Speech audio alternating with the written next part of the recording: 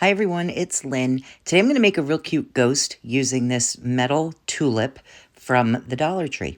And the first thing I did was fill in those two little holes at the bottom there that a hanger used to be on. And I just used a little bit of hot glue. And when it was totally cooled down, I used a razor to scrape off any that came up above the metal so it would be even and I could paint it and it would be a little less noticeable.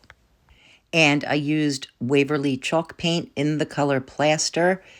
And I did give this 2 coats. So the first coat I used the paintbrush on, and obviously you can see the brush strokes and it didn't give it like real full coverage. So the second coat I did go in with a sponge and dabbed it. It could have used a third coat, but I didn't care that some of the gray was showing through. It was faint, but it kind of gave it more of a ghosty look anyway. And when that paint was completely dry, I took an orange sweater and I just kind of laid it across the front to see whereabouts I wanted to put it. And then I added a whole bunch of hot glue and I just laid that sweater right on top of the glue.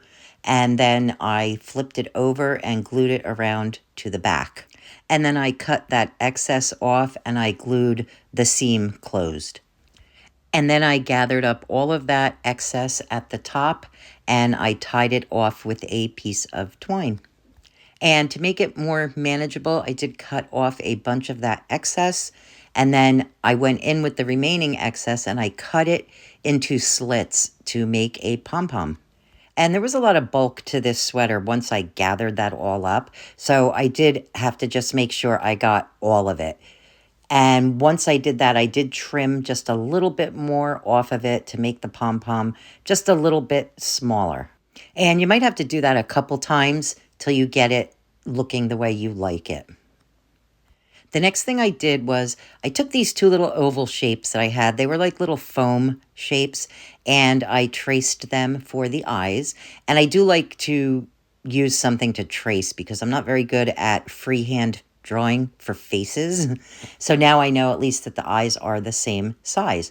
And once I had them all traced out, I used a black Sharpie to fill them in. And you can use paint if you like to and a paintbrush. I feel like I have more control with the marker, so that's why I do it that way. I also used the Sharpie to give her some eyelashes. I just put 3 little lines coming down from the top part of the eye. And then I used white paint to make a couple of little dots and some lines on the eyes. And that just gives her a little bit of an expression. And I used the black Sharpie again to make just a small little circle for her mouth.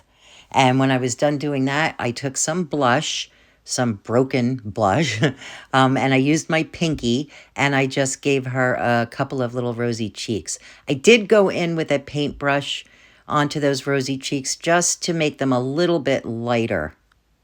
Next, I made a very simple bow with some black and white checkered ribbon, and I glued it right up at the top of the hat.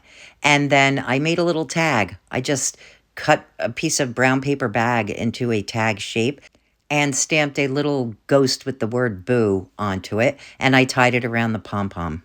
And I kept the twine I put on the tag long so I could just use it as a hanger. And she turned out so cute with her little winter hat because we know the October nights get chilly. So I hope you like the project and I hope you give it a try. Thanks for watching. Have a great day and we'll see you next time. Bye-bye.